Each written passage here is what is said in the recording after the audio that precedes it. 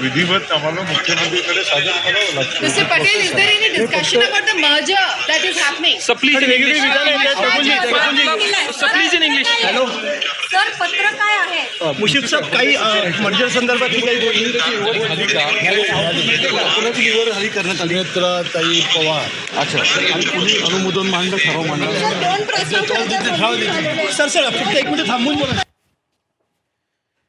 तर प्रफुल्ल पटेल यांना विलिनीकरणासंदर्भात देखील प्रश्न विचारण्यात आलेला आहे, मात्र त्या संदर्भात काहीही बोलायला त्यांनी नकार दिलेला आहे. विलिनीकरणाच्या चर्चा देखील सुरू झालेल्या आहेत. दुसरीकडे आपण पाहतोय थोड्याच वेळापूर्वी सुनेत्रा पवार यांची विधिमंडळ गटनेतेपदी देखील निवड झालेली आहे आणि थोड्याच वेळात आता त्यांचा उपमुख्यमंत्री पदाचा शपथविधी देखील पार पडणार आहे. मात्र शरद पवार, सुप्रिया सुळे या शपथविधीला उपस्थित राहणार नाहीत अशी देखील माहिती समोर येते. थोड्याच वेळापूर्वी प्रफुल्ल पटेल यांची देखील प्रतिक्रिया आपण बघितलेली आहे.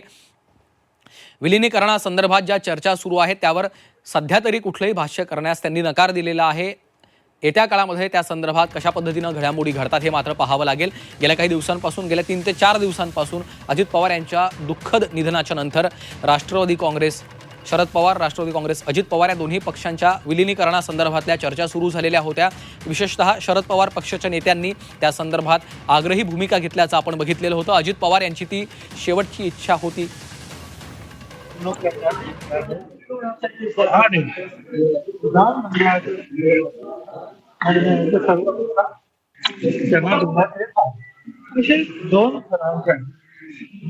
मी मांडले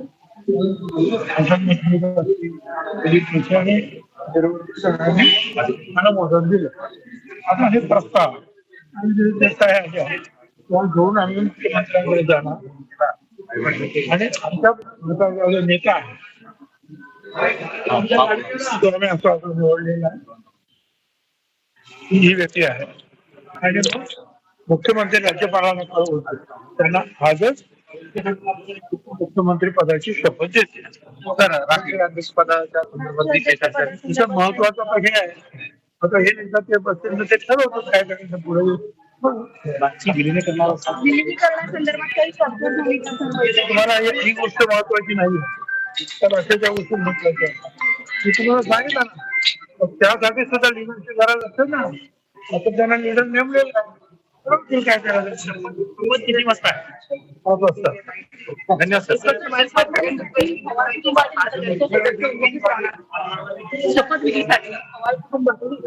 मला काय माहिती मला काही माहिती. तर छगन भुजबळांची देखील आता प्रतिक्रिया समोर आलेली आहे. आपण पाहतोय विधिमंडळ गटनेतेपदी थोड्याच वेळापूर्वी त्यांची निवड झालेली आहे. सुनेत्रा पवार या आता विधिमंडळ गटनेत्या झालेल्या आहेत. त्यानंतर विलिनीकरणासंदर्भातला निर्णय देखील त्याच घेतील असं भुजबळांनी म्हटलेलं आहे. सर्वाधिकार आता त्यांचे असणार आहेत अशा पद्धतीची देखील प्रतिक्रिया छगन भुजबळांनी व्यक्त केलेली आहे. मुख्यमंत्र्यांकडे आम्ही हा सगळा प्रस्ताव घेऊन चाललेलो आहे आणि आजच अर्थात 5 वाजता त्यांचा शपथविधी देखील पार पडणार असल्याचं छगन भुजबळ यांनी थोड्याच वेळापूर्वी आता माध्यमांशी बोलताना म्हटलेलं आहे. त्यामुळे आपण पाहतोय की वळसे पाटील यांनी तो प्रस्ताव मांडलेला होता. छगन भुजबळांनी त्या प्रस्तावाला अनुमोदन दिलं आणि त्यानंतर सुनेत्रा पवार यांची विधिमंडळ गटनेतेपदी निवड झाली.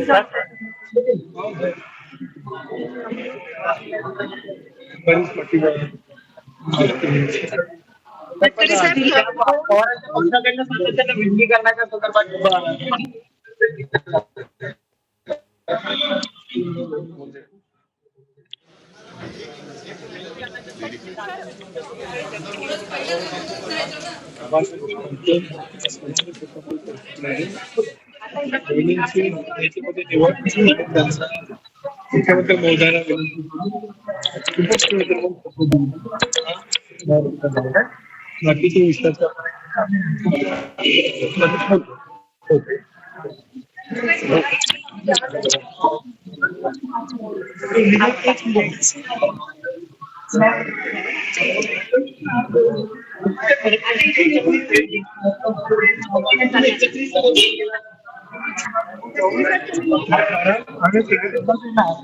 विनंती करणार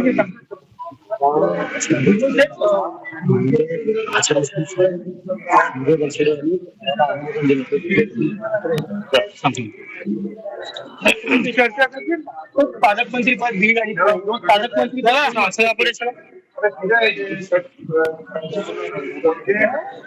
क्या क्या हुआ क्या क्या हुआ देखिए विधायक मंडल के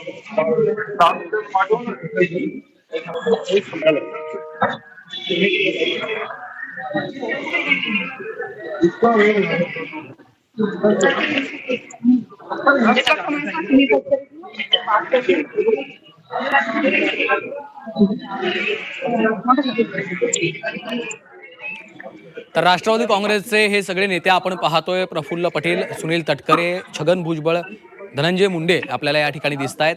थोड्याच वेळापूर्वी सुनेत्रा पवार यांची विधिमंडळ गटनेतेपदी निवड झालेली आहे आणि त्यानंतर आता मुख्यमंत्र्यांकडे या संदर्भातला प्रस्ताव आम्ही दिलेला आहे आणि आता थोड्याच वेळात अर्थात 5-5:30च्या दरम्यान हा शपथविधी पार पडणार आहे अशी देखील माहिती त्यांनी दिलेली आहे. त्याचवेळी विलिनीकरणासंदर्भात देखील चर्चा सुरू झालेल्या आहेत. राष्ट्रवादी काँग्रेसच्या विलिनीकरणासंदर्भात नेमक्या काय घडामोडी घडतात हे देखील पाहणं महत्त्वाचं आहे. मात्र मुंबईमध्ये आपण आता पाहतोय राजकीय घडामोडींना काहीसा वेग आलेला आहे.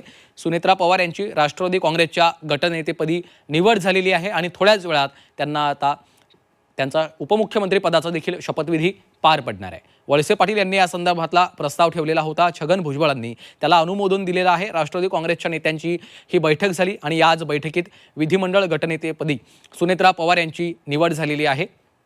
संध्याकाळी 5:30 वाजता त्या उपमुख्यमंत्री पदाची शपथ घेणार आहेत. दुसरीकडे राष्ट्रवादी काँग्रेसच्या पक्षीय घडामोडींना देखील काहीसा वेग आल्याचा आपण पाहतोय. एकमतानं सुनेत्रा पवार यांची निवड झालेली आहे. थोड्याच वेळात त्यांचा उपमुख्यमंत्री पदाचा देखील त्या शपथ घेतील अशी माहिती आहे. दुसरीकडे आपण ही दृश्य पाहतोय, राष्ट्रवादी काँग्रेसचे नेते आपल्याला पाहायला मिळत आहेत. सुनेत्रा पवार यांची विधिमंडळ गटनेतेपदी निवड झालेली आहे आणि त्यानंतर ते आता उपमुख्यमंत्री पदाची शपथ देखील आजच घेणार आहेत. 5:30 वाजता त्या शपथ घेतील.